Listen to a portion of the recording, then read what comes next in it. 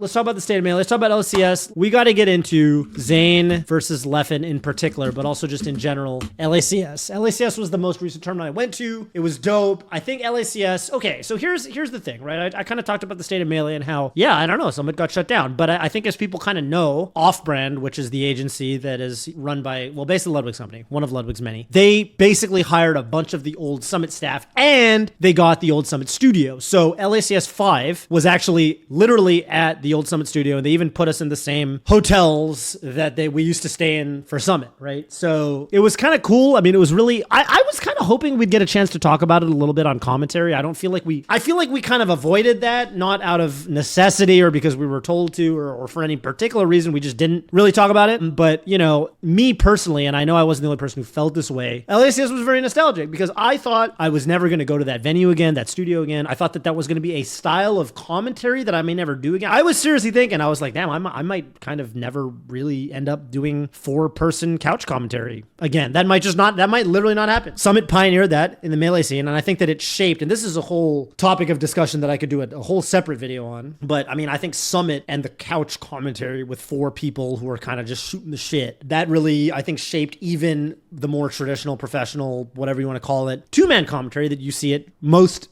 Melee tournaments, right? Summit did a lot of things, pioneered a lot of things for the first time, and I was very nostalgic, and I thought it was really dope that in a lot of ways LACS 5 felt like it kind of approached that vibe and that paradigm, if you will. It wasn't quite a Summit. It did something Summit didn't do, and it also didn't do something Summit did, right? Like, so for example, I felt like it was a lot more like all business in the sense that, there are fewer bells and whistles. There's no side events, it's all tournament Melee, right? There was the last chance qualifier on Friday. There was, Swiss on Saturday and some on Sunday, and there's top 8. Versus Summit, that we'd have a shitload of side events. There'd be Mafia, right? There'd be a bunch of content shoots, and those are obviously really hard work. Ludwig did himself say we should do content rather than Swiss rounds. To be fair, I think he said this in the context of Leffen winning the whole event, even though he almost blustered out in the Swiss. Like, Leffen literally almost didn't make it in top 8. He could have easily gone eliminated by Axe, and then he would have went 1-3 in Swiss, and we wouldn't even have seen him in the bracket, which is pretty funny. Cozy is a pretty good word, Krillin dude. I don't think it was as cozy, but I do think that it can potentially get there. I don't know how y'all feel. I mean,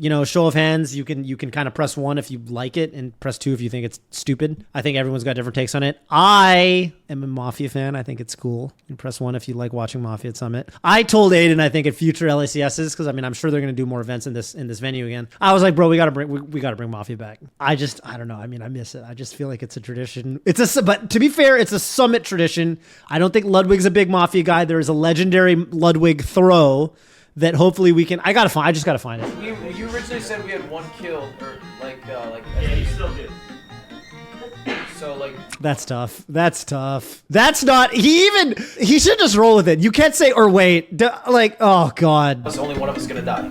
Yeah. Not 2 of us. Right. Don't say. You're actually just calling attention to it. Look at Scar. He did say wait. He said Mafia killed 9-0. He said Mafia kills. He said we only get 1 kill. Like Why one you keep person. saying Why we? does he keep What's saying wrong we? with Is it the way I'm saying it? No, it literally we implies. Dude, you know it's bad when Bobby doesn't even feel the need to say anything. Bobby would step in and do his Bobby thing and just get him killed if he felt like he needed to. But he's actually he's like Town's gonna take care of this for me. I don't need to say anything. Okay, so look, Ludwig not a great Mafia player, maybe not even a great player. But anyway, point is Ludwig not the biggest Mafia fan, and now Ludwig's calling the shots, which means I don't know if LACS 6 will have Mafia. I hope it does. I mean, I don't know. For me, I just think it brings the whole, I don't know, I just feel like it brings the whole day together. You know what I'm saying? You get done with Melee, what are you gonna do? You're gonna play some Mafia. That's how I feel. People bitch and moan about it. People are like, oh, Mafia, blah, blah, blah, blah, blah, blah. But at the end of the day, people get invested. There's a reason that after Mafia, the people who win are fucking pumped, and the people who lose are upset about it. That's kind of how it is That's how it was, I should say, every Summit. TLDR, I do hope LACS brings that back. I think it was a time-honored tradition. I think it was a lot of fun. And I think that as a community, what Super Smash Brothers Melee has over many other gaming communities, at the end of the day, is our colorful personalities. And without these side events, without the content pieces, without Mafia, which I think is very important, we don't get as many opportunities to show it. And I think that's what we bring to the table, even though Ultimate is the bigger game. What does Melee have? We got beloved personalities, the stars, people like Mango, people like Hungry Box. Anyway, Someone asked me about the state of Melee. They were like, and I wanted to talk about it because this is a tale as old as time. It's funny asking with the context of today's major, which was Fate, being the grand finals was Zain versus Jmook, which is functionally speaking, let's admit it, it's two solo mains. I mean, Zain has the pocket ices, but it's only for one matchup. It doesn't come out very often. It might not even come out against Jmook ever because apparently it doesn't beat Jmook's Zelda. It might never come out against Plup because Plup's got a Samus, but it is essentially only used for Leffen right now is the word on the streets. But the question is basically like, yeah, do we need to start, is at the top level of Melee, is it moving towards a dual main type of meta, or at least a pocket character / counter pick oriented kind of meta? That's kind of where we're at right now. With regards to Melee, and that whole question, I think correlation is getting mixed up with causation. This has been happening for a long time, where I remember in the Evo era, we used to call it like the Platinum Age or whatever, because there's the Golden Age, which was, pre-Brawl or whatever. Then there was the Dark Ages when Brawl took over. And then, Melee had this big resurgence, and there was the Platinum Age, which is kind of basically the Evo and Doc Age. And in that time, it got brought up a lot, basically, that people would frequently say things like, oh, at the highest level, you should be dual maining, because I think people like Mewtwo King, Mango even would play, multiple characters. Armada started playing Fox. PP started playing Marth. PP was a solo Falco main for a long time. And it was like PP, Marth, Falco, Armada, Fox, Peach. I think the best example of this was like Apex 2015, right? Where like grand finals ended on Armada Fox versus PP Marth. Like they literally were playing characters that they did not become famous for. Armada became famous for Peach and PP became famous for Falco. If you told people in 2013, for example, that like, oh, Apex 2015, because remember the last Apex was 2013. It's 2013 they skipped here. There's no Apex 2014. So if you said at Apex 2013, oh yeah, the next grand finals is going to be PP Marth versus Armada Fox, people would be like, oh shit, that's fucking crazy. So yeah, I mean, there was a period where it felt like, I think to a lot of people, it was like, oh, what do the five gods have in common beyond basically Hungrybox? Hungrybox was the only one that was solo maining. All of them played multiple characters. And then basically if you look at like here, let me pull up the SSBM rank from like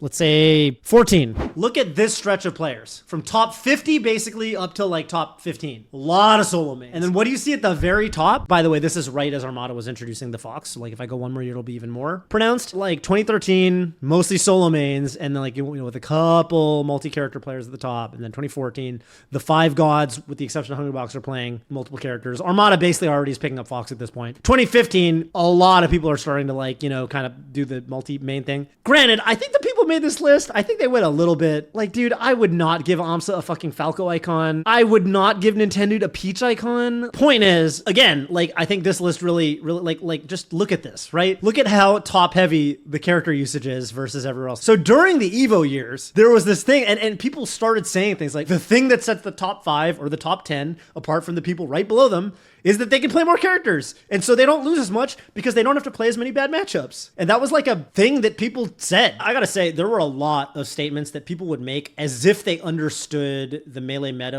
so there's this concept of like correlation and causation, right? Or maybe it's not even correlation. Maybe it's literally they're just mixing up the direction of causation. People would say things like, you have to play multiple characters to be a top player because, I mean, look, all the top players play multiple characters. Therefore, to be a top player, it must be that you need to be able to play multiple characters. That's like that is what separates them from the tier below. Whereas I think what was going on was that the top players at the time played multiple characters. It wasn't that you needed to play multiple characters to be a top player. It was that the top players played multiple characters. And so it was kind of the vogue at the time. People would say things. Also, I have this very distinct memory of this particular tournament. Let me see if I can find it. Yeah, Mango Leffen right here. Right here.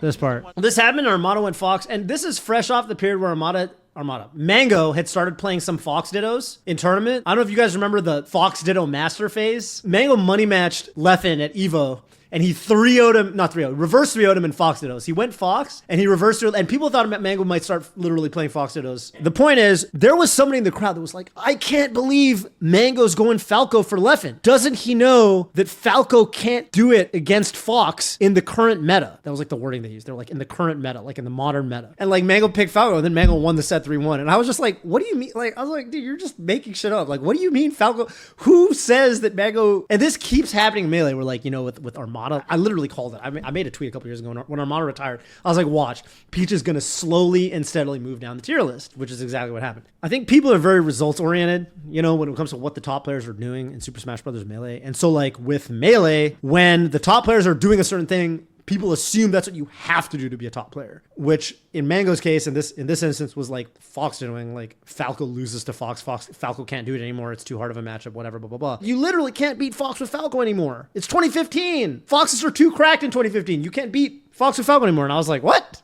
Like, what do you mean? You know, they're basically talking like it's a solved matchup. That's like a ridiculous statement, right? And so I think and this kind of happened back then too. People would talk, like, I think especially people who weren't, you know, people that kind of followed Melee but didn't like play it at a high level. They assumed that like, oh yeah, you have to fucking main multiple characters. This was like a sentiment that I kind of heard from time to time, that you kind of have to main multiple characters. That's where the meta is going, you know. And anyway, it's just funny that this is kind of happening again, not at a major level. I think this was a much bigger topic than it is now. It was a much more prominent point of discussion back in like the Evo, you know, era, so to speak. Like I think this was something that people were a lot more like, there was a point that people would bring up a lot more. But yeah, we're just, you know, I'll just bring it up because, you know, this happened this past weekend with the Ices pick, which was super hype, and it definitely got the job done on FD. These days, you know, I think at the highest level, like, okay, who do you got? Obviously Amsa is like solo Yoshi. Obviously J-Mook is solo Sheik, unless you count the Zelda. I think J-Mook could introduce other characters. Yeah, Mango plays Fox and Falco, and sometimes there's Marth Marquez in there, but like, you know, I think for Mango, it's less of a like strategical counterpick thing. It's more how he's feeling. Like if he feels like the Fox is playing better, then Fox will come out. If he feels like the Falco is playing better, then the Falco will be playing. And then obviously HBox has always been solo Puff. And then I think the big three are Zain, J-Mook, and Cody, right? Where like Cody's really mostly playing Fox. But then Zain, yeah, Zain's got Ices for Sheik for FD, but I don't think it's really fair to call it a dual mania. Like I feel like it's like a very specific pocket pick. And I don't even really think, like in grand finals, the Ices didn't come out at all. Right? Like, he was like, I don't want to uncork this can of worms again. Leffen said something I thought was really, what's the word? Insightful. Thank you, chat.